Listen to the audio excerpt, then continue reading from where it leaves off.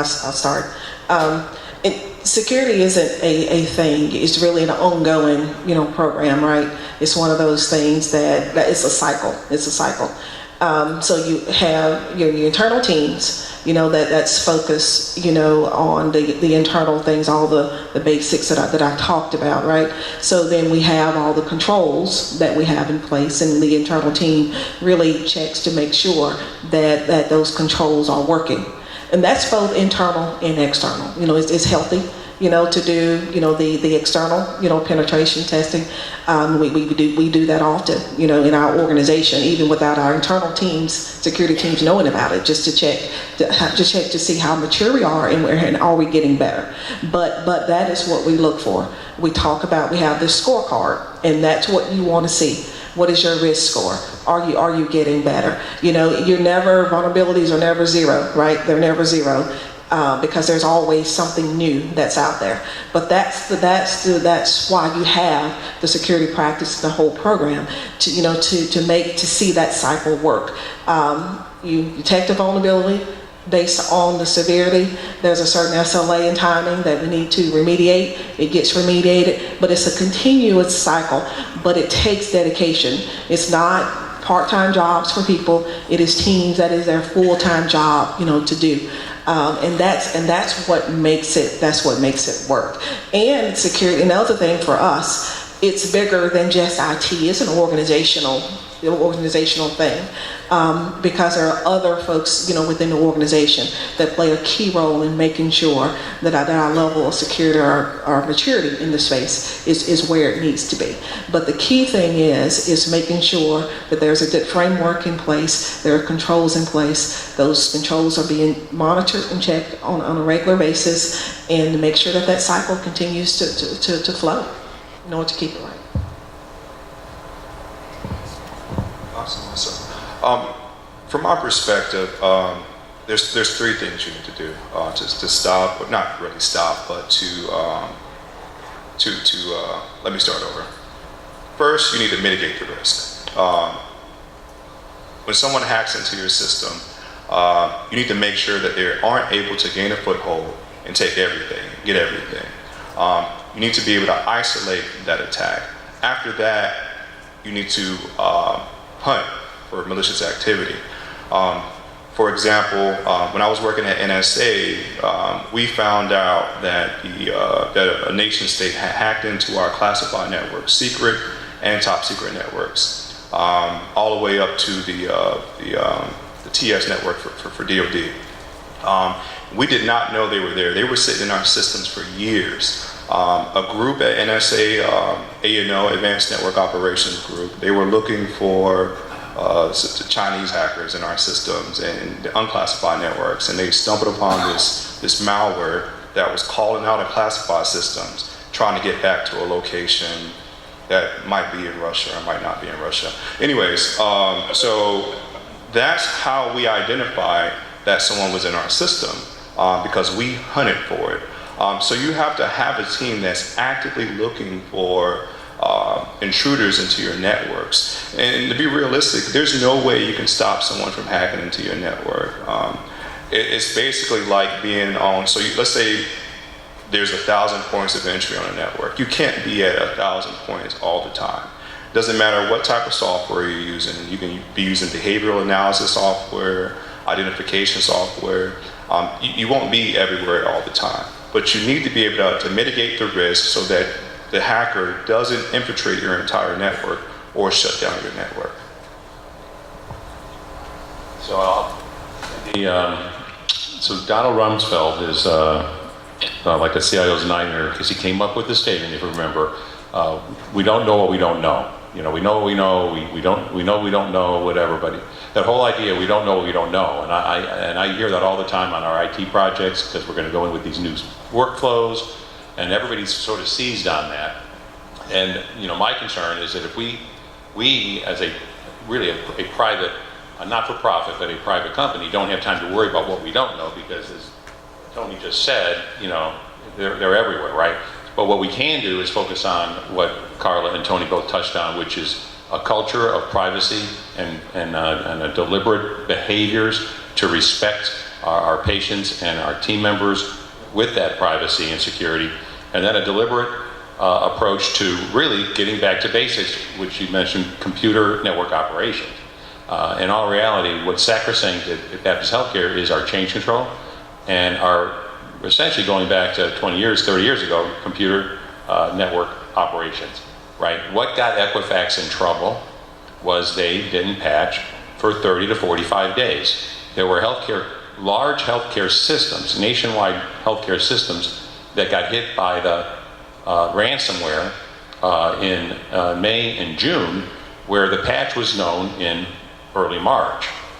You know, so my task to my team is to make sure we see what we know and act on what we know and not sit around worrying about what we don't know, because that's just idle conversation.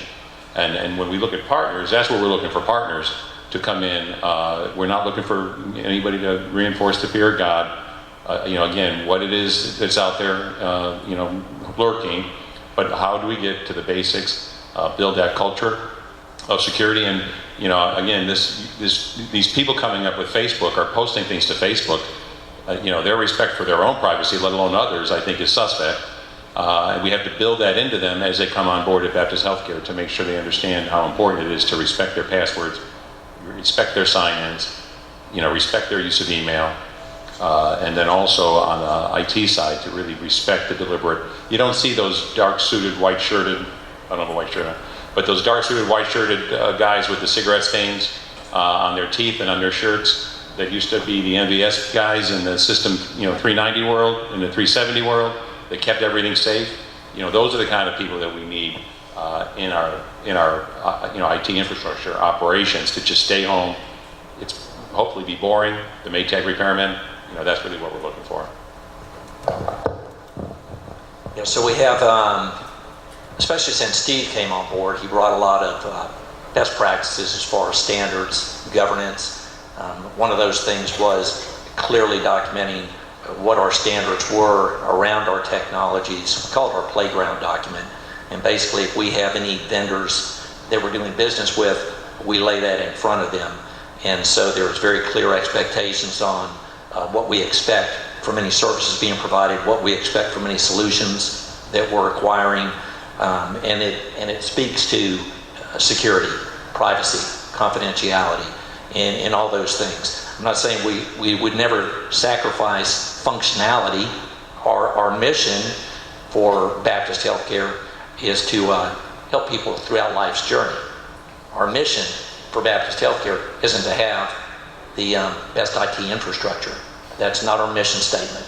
But we bank on that being there. Just like when I drove over here from our main campus today, I banked on those roads being in the right condition, right? I banked on them being safe. I banked on that traffic being able to flow. And whether I like to see them or not, I wanted to see Gulf Breeze Police through there making sure that if anybody misbehaved, they were going to be pulled out. That's the same thing I'm looking for my infrastructure, right? I want to have smooth roadways, trusted roadways. I want them policed. I want to know that when we need to go somewhere, we can get there so that we can deliver our mission and make sure that all those things are happening. I mean, we have some very gifted talent at Baptist. Got Daniel Lawrence and Andre Carter and Barbara Shula sitting right back there. And I know every day that they're making sure that we are patched up, that we've got data that's encrypted at rest, that where the firewalls are in place and those rules are being updated daily, if not hourly. If there's certain things that come out, the desktops are being maintained with the right hygiene on them. So heavily reliant on that kind of talent, and they, in concert, have other specialists that they're employing, some of it from sitting in this room, to help make sure that we are shored up each and every day. Yeah, so some of the points that these guys were hitting on that I want to bring to the forefront here. One is, you talked about you're not going to compromise your capability with your IT systems, right? But you need to make them secure. Well, from a DoD perspective, it took them a little while to learn that, right? There's this, within government, I think probably across all government, there's this zero tolerance mentality, right? So, oh my God, we've got a vulnerability. Well, you got to shut it down. Well, what's the most secure computer system in the world? the one that's unplugged sitting in the closet, right? But you can't do that. So oddly enough, I think over the years, DoD has learned that, and here's, and this is just something I see in the future in DoD, where, honestly, my company and many of the other defense contractors out there, I think are going to need help with in the next 3 to 5 years, is DoD's transition to the risk management framework, where we take where DoD's taking a much more serious look at mission first, but as secure as you possibly can. So it's a new approach to continuous evaluation approach. Much like continuous process improvement that we see as a best practice, they're applying that to security, which I think the commercial sector has been doing for a long time. So DoD is adopting that approach. So understanding the whole risk management framework, the security approach, and then getting all of that documented is an area I see over the next 3 to 5 years that DoD and defense contractors are going to need people who understand and can do that for us. Tony, you agree? Okay. So that's kind of where we are. Another cyber topic that we'll touch on, and Tony brought this to the table, and I actually found it pretty interesting. I did some reading on it, but there's a new area, a new vector of attack, if you will, right? Just what we need. But the combination of cyber and space. Tony, you want to talk a little bit about that? Sure. Space and cyber is a passion of mine. Now, I need everyone to keep an open mind here. All right, keep an open mind. You might think I'm a little bit too far ahead, but believe me, I'm not. Before I jump into space and cyber, let me talk about my experience at NSA. I worked for the director of NSA for 2 years. I was the agency's corporate briefer. I was a public affairs officer. I was a part of the team that stood up US Cybercom. I've been in every office in NSA. I've seen files in their remote viewing program from 1987. They had people sitting in a room, falling asleep, transmitting their mind to Russia and all these other places. It was a real program. I also spent a lot of time in archives. So seeing things like unexplained signals from outer space. I mean, crazy things you guys have never seen. Space has always been a topic for the government and NSA. So with cyber and space, as we discussed earlier, anything that transmits, receives, and stores data is the cyber domain, right? It's an actual domain, like land, earth, the air. Now the thing with those other domains, with land, water, air, they're finite, right? There's always been the same amount of water on earth right now. It's never been more, never been less, right? Same thing with land. There'll always be the same amount of land. But cyber is a lot different. As we branch out into space, cyberspace itself grows. As information transmits from one satellite, one receiver to another, the domain of cyber grows with it, right? It takes time for those communications to go from point A to point B. While that communication is transmitted, it can be exploited, right? So we have Elon Musk and SpaceX. They're rushing to Mars. They think they'll be to Mars in 2022, right? A couple of years from now, they'll be in Mars. It takes information about 4 hours to go from Earth to Mars, right? As mankind branches out into space, there's more opportunities for cyber or our communications to be exploited.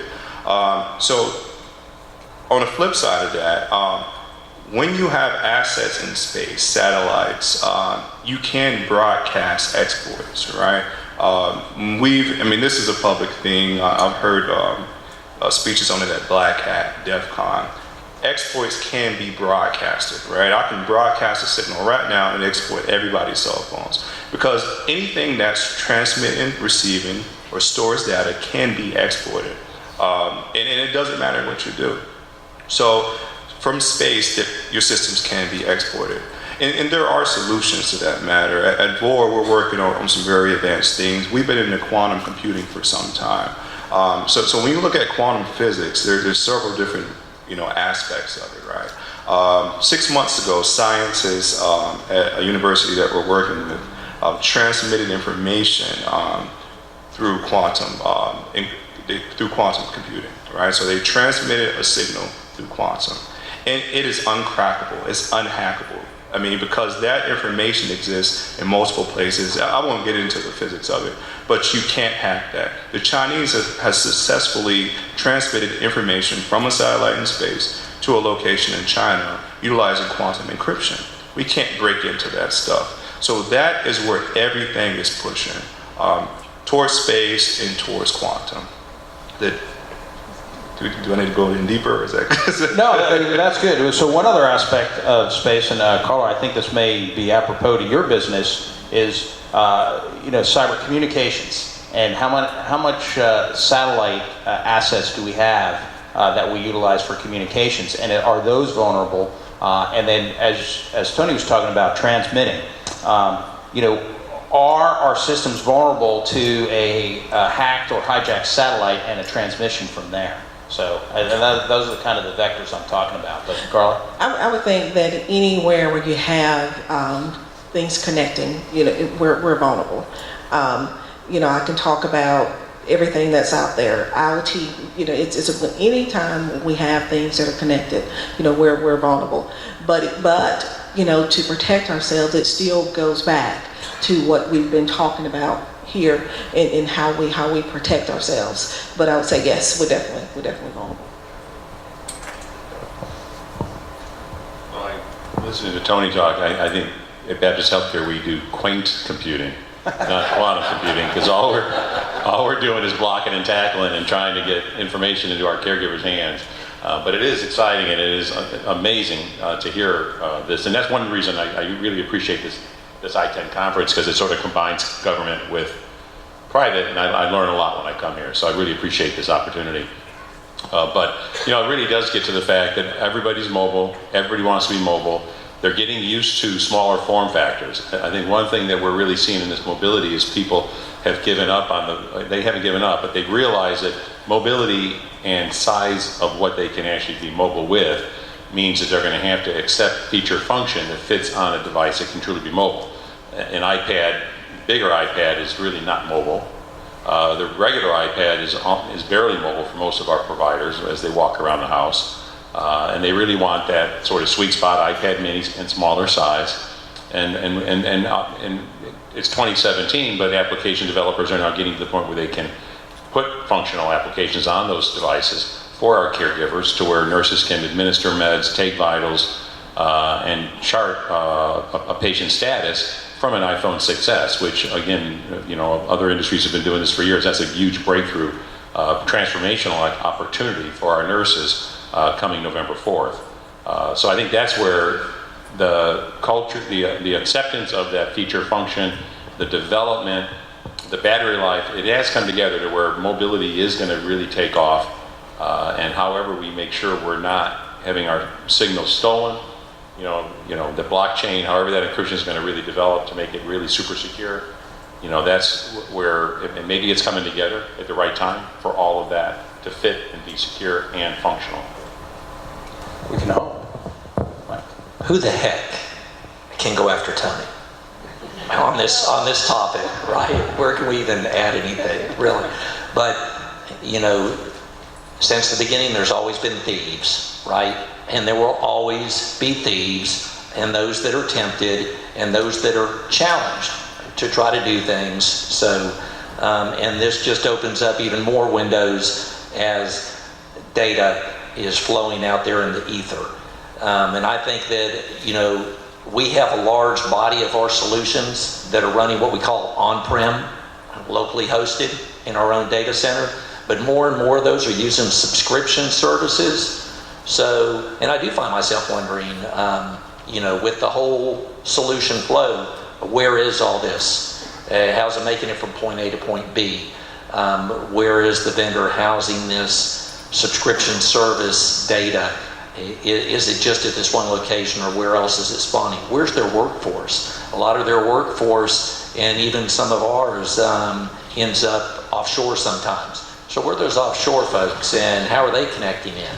What are they using, and what might they be introducing in this? So definitely with the, with workforce being everywhere, and subscription services putting solutions everywhere, and hosting services being everywhere, it does bring some challenges and some worries and concerns and huge question marks as to where in the ether are we, right? Excellent. Okay, so before we move off the exciting topic of cyber, I'd like to open it up to the floor. Does anybody have any questions of any or all of the CIOs up here? Just a question about scalability. Yeah, we'll talk after. A question about scalability. There's been a lot of talk about containerization and what that's going to lead to, about distributing your systems. Some of you have some fairly large systems out there. Where do you see scalability of your systems changing, and what do you think is overhyped at the moment? Okay, so in case everybody didn't hear, the question was about scalability, containerization of your data and your applications, and where do we see it going? Let me start out because mine will be the lowest level answer, right? And then we'll graduate up. So first of all, Johnny Odom, thank you for your work. He's with the Escambia County School District, and we had a significant data sharing initiative with them in our child welfare area, so that we could provide them data on the children that we have in Child Protective Services, you may know foster care, and who've been pulled from homes where abuse has been reported and substantiated.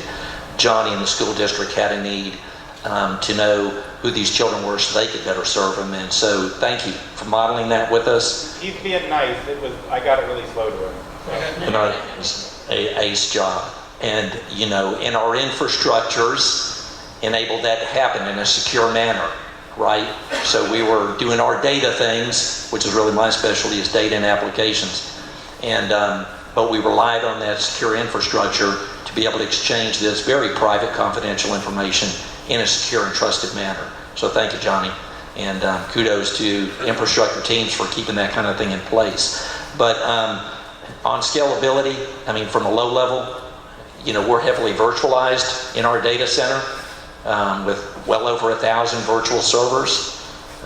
So, when Steve talks about the challenges he puts out to Daniel Lawrence's team on keeping patched up and current, it is quite the challenge because we need, what would you say, Steve, 5 nines of uptime?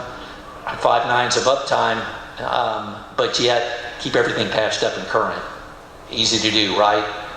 Daniel, I'm glad that's on your plate and not mine. So with heavy virtualization, the ability to quickly add in processor, memory, storage, scalability, overly simplified, doesn't seem to be so much of a challenge for us now, as long as we have the money to keep that infrastructure current. But the virtualization really adds in. And now with cloud too, and being able to use that for extended storage and possibly moving some things, helps out with scalability also. Anyway, that's it. That's the light intro. Now we'll graduate. I would just say there's been a transformation in the last 3 years in terms of infrastructure opportunities for whether you're doing on-prem or in the cloud.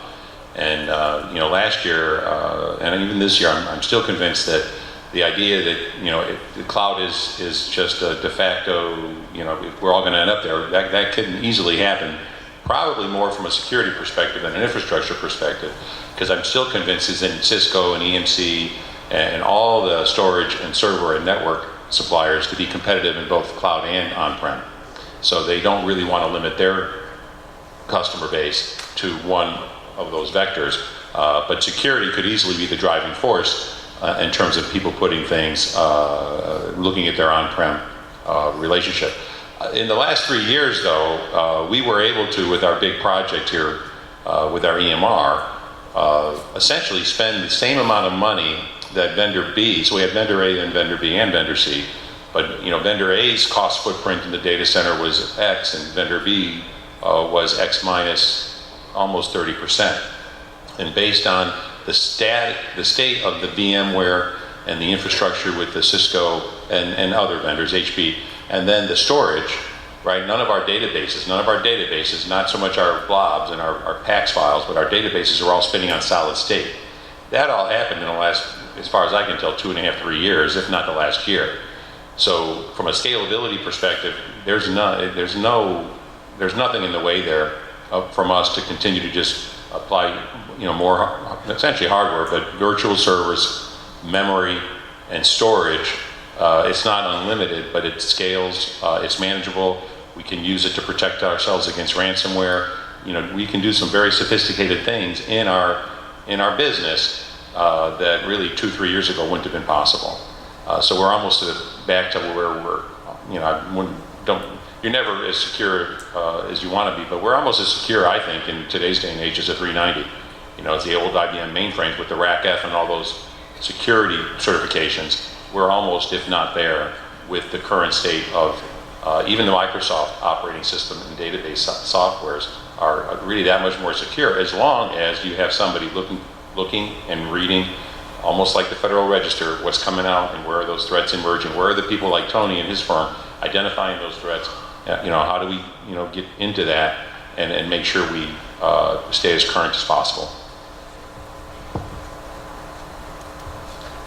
I can talk about this from a small business perspective. I use Amazon. That's how I scale AWS.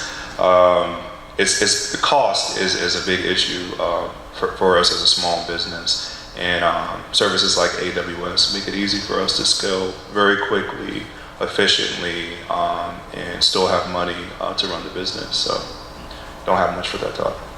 Okay, well, I'd like to kind of draw some of this together, because you asked about containerization. We're still on the cybersecurity topic. We talked about virtualization.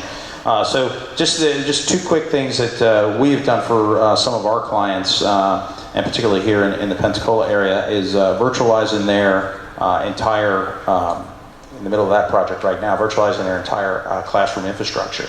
And what we found is we not only did we virtualize the environment, but we also virtualized the applications and the OS systems. And what that allowed us to do when we talk about containerization is all that data now always remains safely within the data center. It never actually leaves the data center. The data is accessed, it's processed, it's rendered, and then it's sent one pixel at a time to the endpoint.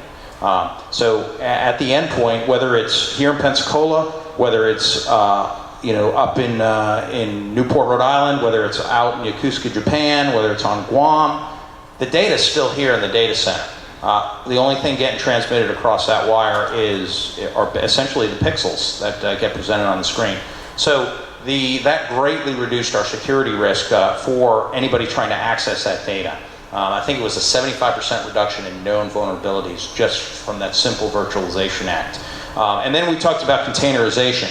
And so that was another project we did in the mobility area. A lot of your MDMs, your mobile device management systems, or MAMs, which I think is where the market's going to, if I'm reading it correctly, but that's your mobile application management. They use a system or a concept of containerization. Once again, your data always remains in the data center, and you have, basically, it's a sandbox on your device. It's a small area where some very minimal processing occurs, but again, 90% of that data always remains in the data center. It gets encrypted, it gets sent to your device then decrypts it and presents it to you.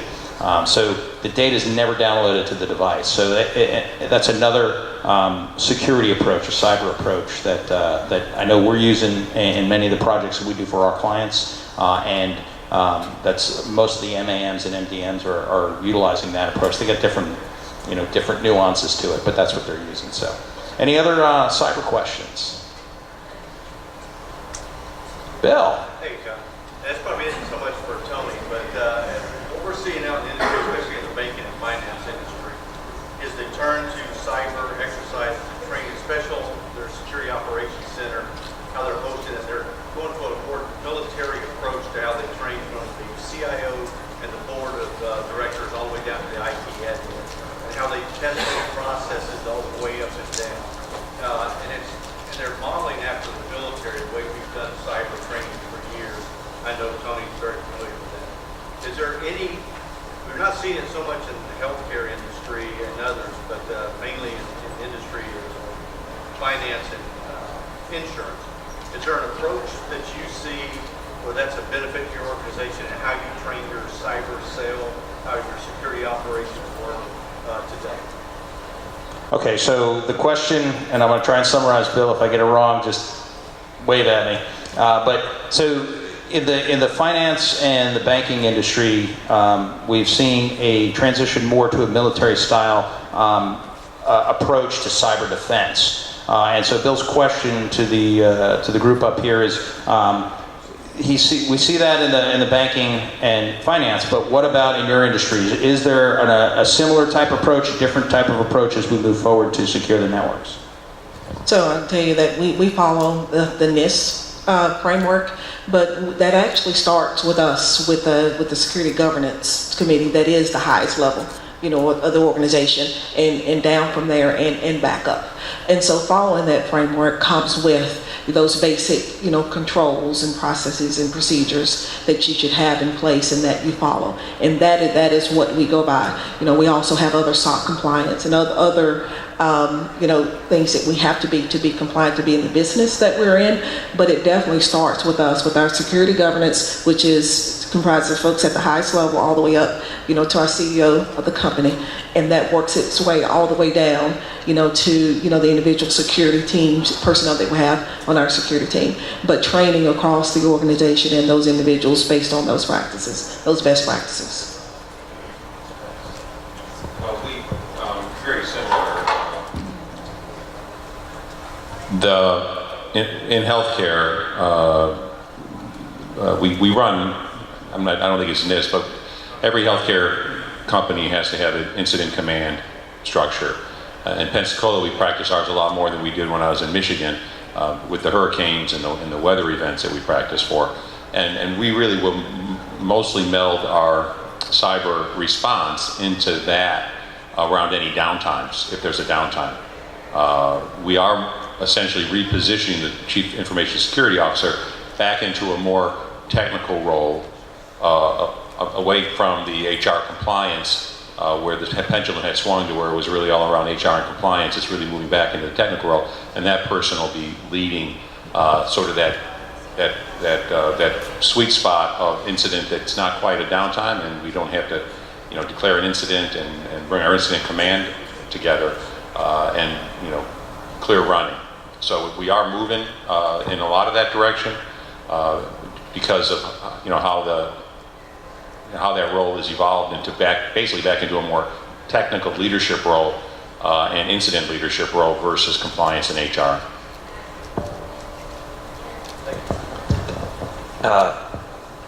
Was that bill done? Another exceptional local service provider, just surrounded by exceptional service providers around here and partners. It's good seeing you, Bill.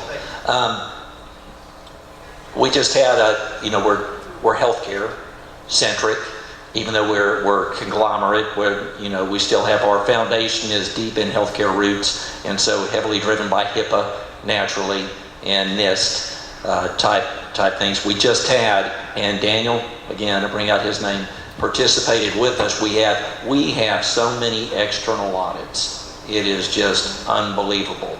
Every week there are different audits going on, sometimes in parallel, in different business divisions. And we had one recently based on high trust. So, you asked the question about where are we going, what's our foundation, and regardless of what standards we may be following, we have these external bodies who are coming in to audit us based on their particular one also, and since we contract with them, they're expecting us to be compliant. So our normal language set may be here, but when they come in, we have to show how that aligns with their particular set. Okay, one more. So my question would be, we talked earlier about the government has the ability to do offensive red team type stuff, and as well as defensive type stuff, and private industry is kind of relegated to the defensive type stuff.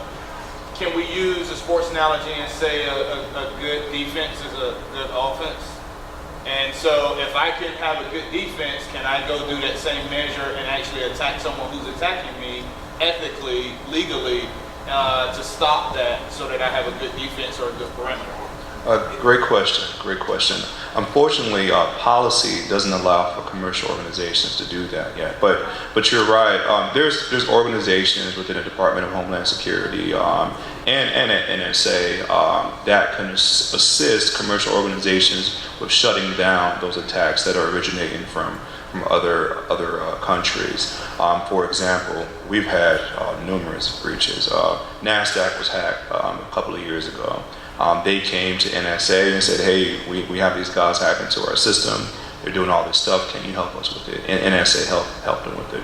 And we have a lot of professionals here from the Department of Homeland Security, from NIST. They work with commercial organizations to protect their systems against hackers. And if need be, they'll work with they'll contact US Cybercom and initiate a hack or an attack to shut down something that's originating in a foreign location. So it is, commercial organizations do have access to government customers or organizations that can help them attack if need be. Does that answer your question? Yeah.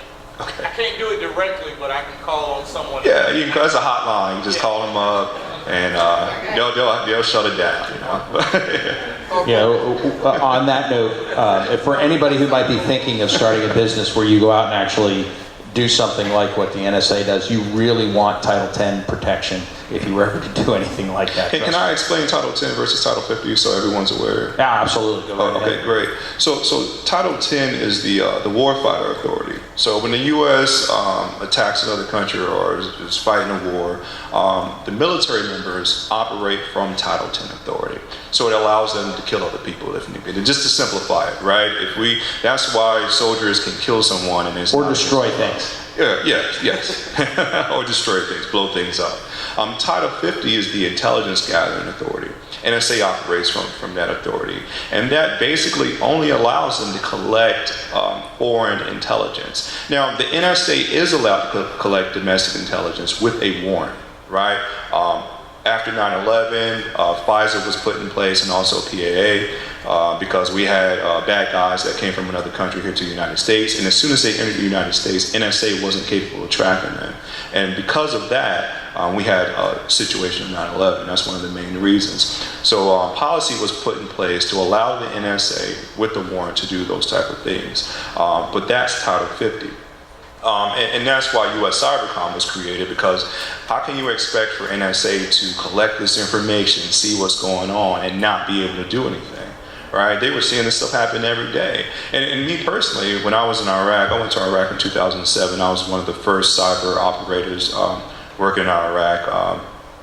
I would see communications come in from bad guys saying, hey, we're going to attack this military unit on this road at this time. Right? And I would go to my leadership and I would say, sir, they're going to attack our troops. What can we do about it? And they would say, you can't do anything about it. Right? You're operating underneath Title 50 authority.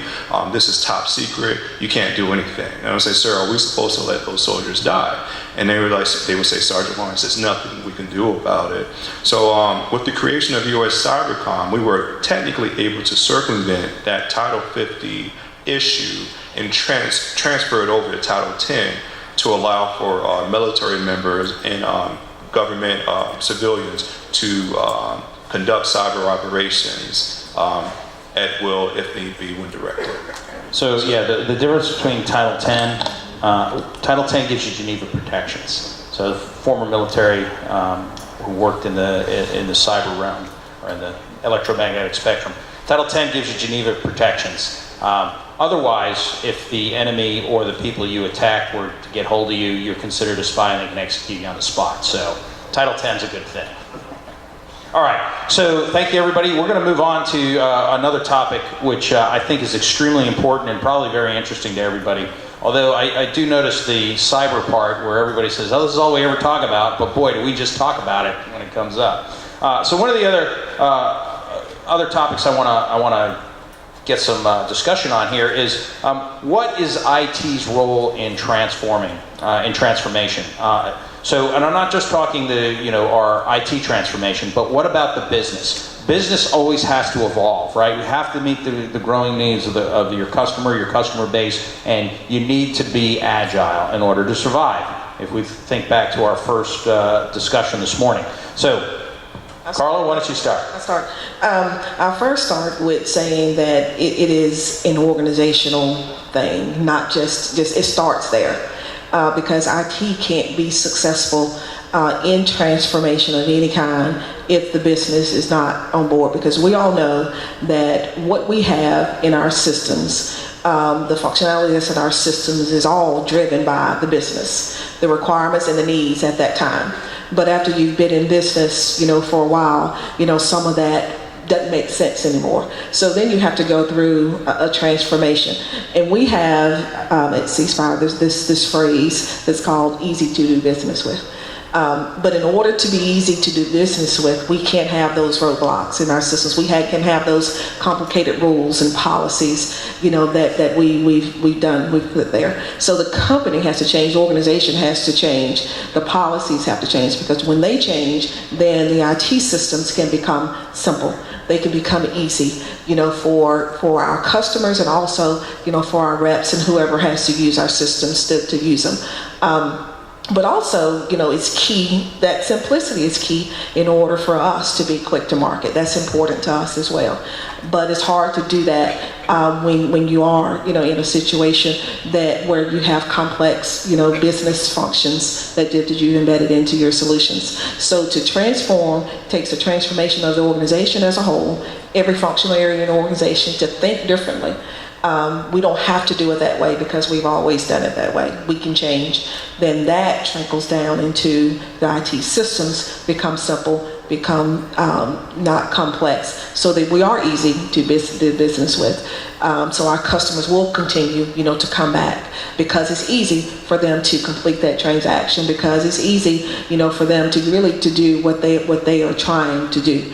But it is an organizational change. And then from an IT perspective, transforming, being quick to market, for where it makes sense, being iterative and agile, which is for us, it's most of the time, because that's where we have to be. It just makes all the difference in the world. When the organization changes, transform, then IT can transform much easier, but we have to have those sound processes. It really just depends on the culture of the organization. That's what really drives who you are and your ability to transform. But when you do, then what we do becomes simpler and easier, and we can be quick to market with good agile and iterative processes in place. Thank you, Carla. Steve, you want to talk about how your IT organization helped Baptist do this latest transformation? Yeah, when I first got here 5 years ago, we did a benchmark of our costs, and what we found was we were over-invested in software, under-invested in infrastructure, and really under-invested in essentially staff, IT staff.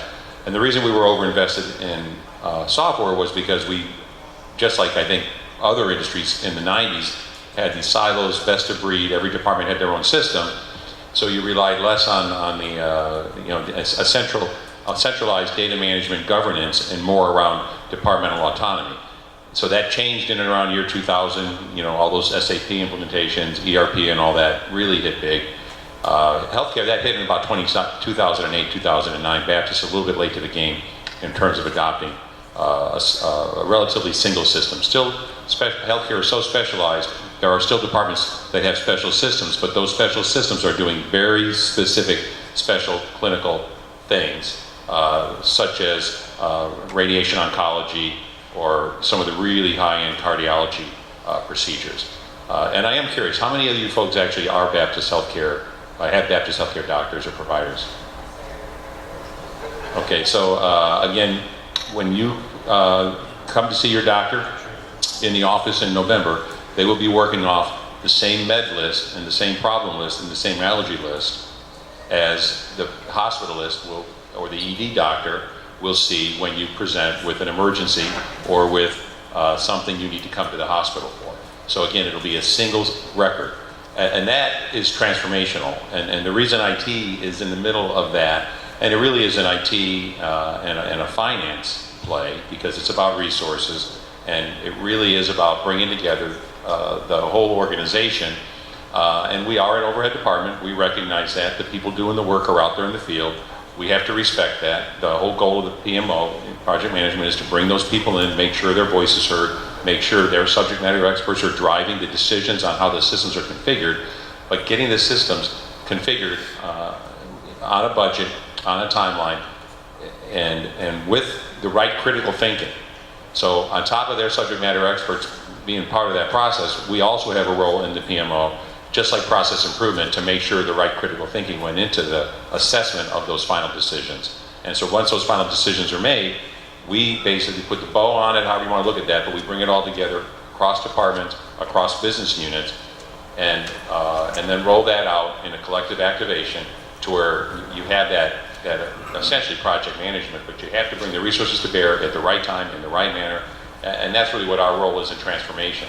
So it's empowering the departments with resources and support to make sure they can succeed and carry the day as they go to really change how they do business and how they serve you. And again, we really look forward to November. We're going to redo our patient portal. We're going to redo all the systems that deliver care to all of you that use Baptist Healthcare, and you will see a difference in terms of how we can our agility and our ability to really not miss anything and take care of the community. Looking at population health, chronic conditions, we'll be moving that to another level and really empower Baptist to again improve the health of the communities we serve and be your trusted partner in terms of delivering care to you and your families. Anyone else? Mike? Might just add a little bit, talking about role and transformation. And so I look back at the 80s and 90s, very, very centric. And if there was going to be transformation, it came from IT. Because all the computers were in IT, and then there were the workers out there. Post Y2K, and still got personal wounds from that one. And especially after mobile devices, especially cellular phones, smartphones, started rolling out, explosion, right?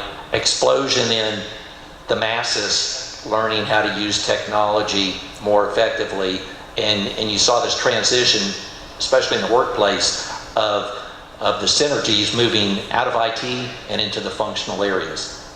So the transformation all of a sudden became a village. So one of my peers at Baptist, when we say it takes a village, he spells that capital I, capital T. IT takes a village. It can't just be what's happening back with that centric IT team. Now it has to be us working with inclusive, cross-departmental, cross-functional teams, but where we are still a significant player in all of that. Because what do we're very strong at solutioning, we're very strong at process, very strong at problem solving, a very creative bunch. So I don't believe it doesn't happen right without us being in the middle of the mix. But it's going to fail if we try to just be the mix by ourselves. We're definitely on the delivery end of all that. One thing I'll say that transformation is a must. I was just at a conference probably 2 weeks ago, and it truly is. It said we have to transform or we will die. Our business will not survive if we don't transform what we do. You think about what Uber has done to the taxi business. You think about what Amazon has done to the big box retailer, Walmart and others. So, but that's all enabled by what we do every day. So it is a must for all of our organizations. And then we are, to your point, looking for partners who can help us through those transformations in order for our companies to stay in business. Right. So from my perspective, some of the things I've seen as we talk about transformations on the IT side, in organizations where I've seen a successful transformation, whether it be a business organizational transformation or even an IT transformation, what I generally see is IT and our vendor partners, right? They inform the leadership on what's in the art of the possible for a transformation. But leadership, the CEO, the business needs to decide where it's going to go and what its requirements are. And then once they're informed, they make that decision. Then, in many cases, especially in the industries we're in, IT takes over and we just make it happen. So that's, from my perspective, that's where I've seen the success come. So, I believe that our vendor partners, the small businesses with those new technologies, if they come in and you can present a clear picture and a business case of what that transformation looks like, boy, you're going to become a partner. And again, when you say taking it over, my peers would bridle at that statement. But our definition of taking it over was we brought 30 subject matter experts in from the department, and so the directive to the department leaders was provision your subject matter experts onto the team, 40 hours a week, maybe 50, whatever, but basically we brought those people into the team. So instead of ramping up and hiring consultants or healthcare consulting experts or more IT people, we really brought those people in, fresh from the field, paired them up with IT critical thinkers, as Mike said, solutioners, and I think we're going to have a really good outcome on this project. And we'll get through November, and then we'll get into optimization, and then that'll be another exciting opportunity to continue to. And transformation and incremental transformation might be an oxymoron, but that's really where we're at in healthcare, because we have to move at a certain pace to make sure we keep our patients and their families safe. So there's only so much you can do in terms of making sure our caregivers are fully trained and up to speed on how those tools are going to really help them take care of you. And it's a continuous thing, right? Because what makes the whole iterative agile process work is you do just what you said. Everyone's together. Everyone's in the room together. You're not talking to people individually, or you end up with a stack this thick of requirements, right? You're all in the room. You're talking through it together. Every part, of the organization. So when you leave there, everybody has a very good understanding of where we need to be. But that's what makes it work. Is for everyone, to be there. You hear from the people on the front. We call those the integrated planning teams, right? Or from all across all the different business units, exactly. So any questions on transformation? Happy hour starting soon. Okay, well, let's start over at the right with Tony, and give us a little talk about IT and the CIO strategies for 2017. Where do you see your company and the needs of your company and the needs of IT, especially in the specific marketplace that you operate in? Right. As a small business, we're around 400 employees, and we grew extremely fast. So we needed to scale quickly at our office and across the country. Right now, I think we're in about 15 different states. So we use infrastructure as a service and software as a service. We work with Microsoft 365. It's probably the best thing that's ever happened to us. We're able to turn on and off access immediately. And I can basically run most of the company from my cell phone because of that capability.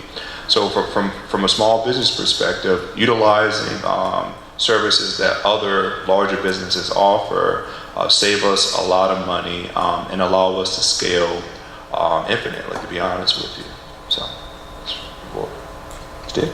Well, so Baptist is an $800 million company moving toward $1 billion, 6,500 to 7,500 employees in terms of FTEs versus employees, if you know how that math works. So we're almost too small to be big, but we're way too big to be small.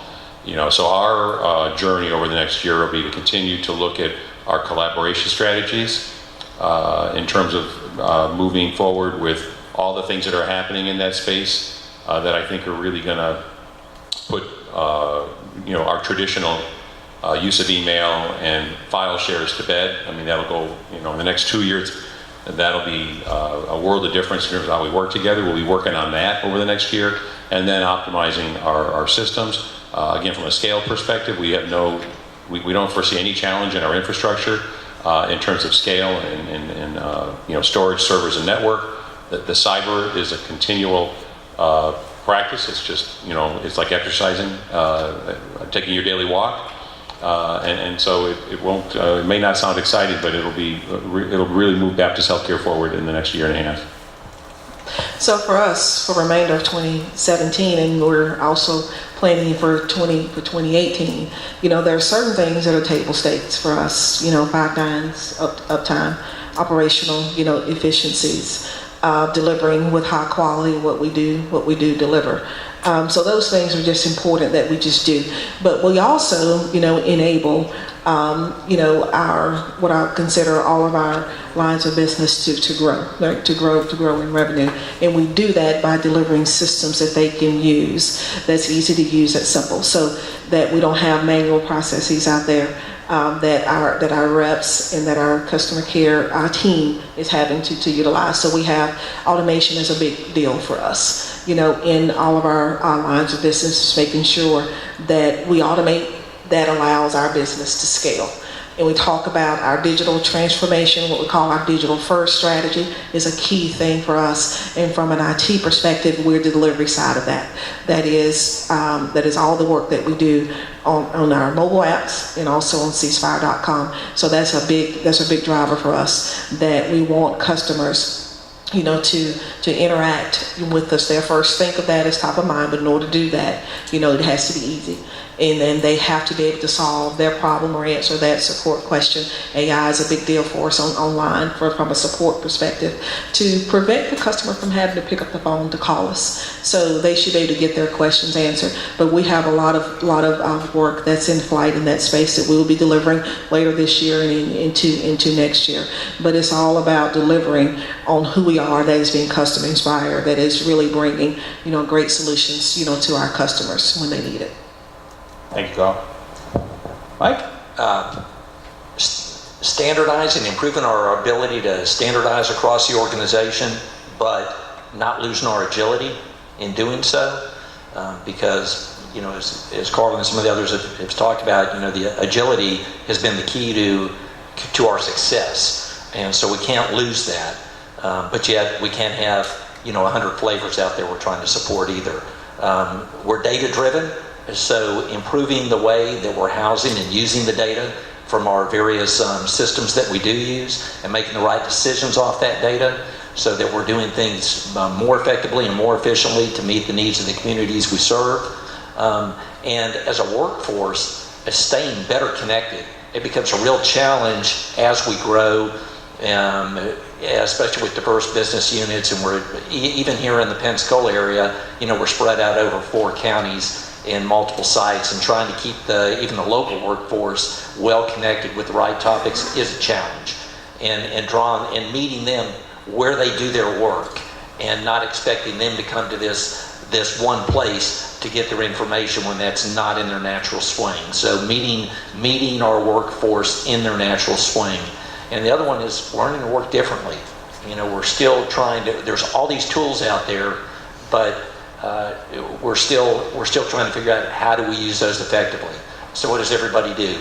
Everybody falls back on the norm and sends out a ton of emails and just buries one another. So we got to figure out how to work differently.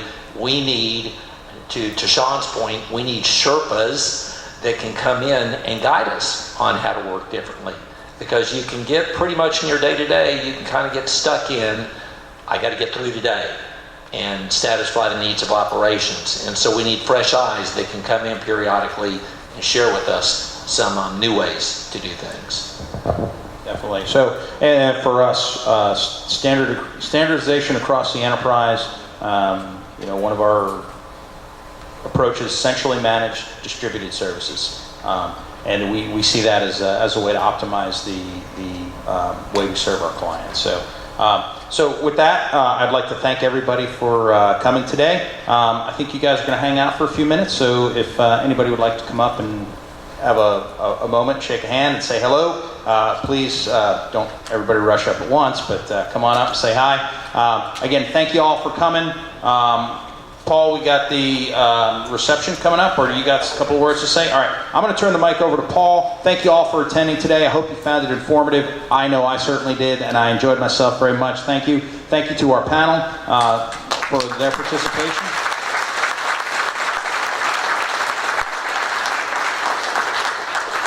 I found their insight and this discussion extremely valuable. So, Paul?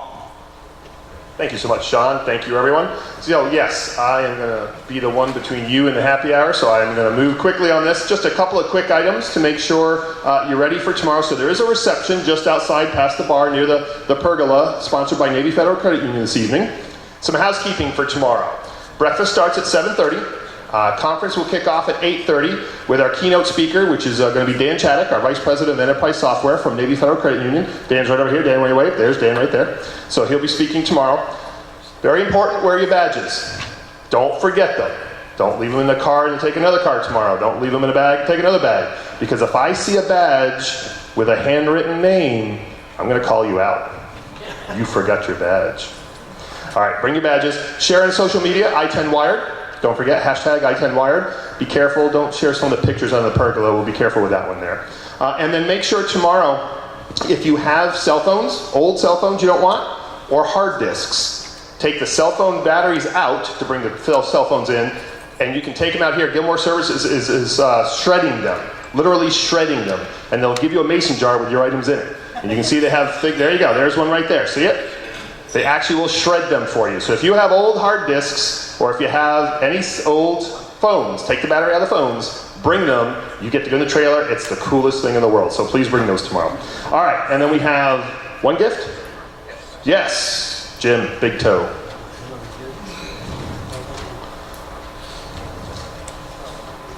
Oh, I can't read your handwriting. No. You've already given that to me. I just got to find my page here. There we go.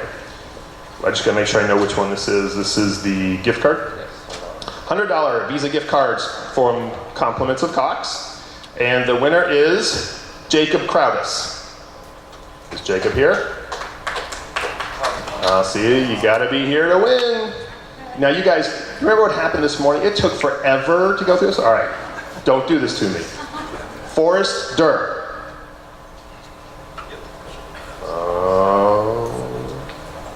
Ernest Colvin. See, I struck out again. Johnny Odom. Right here. There we go. Woo. Man, this is a lot of work. Come on down, Johnny. Get a picture taken. Eric will direct you to the right spot.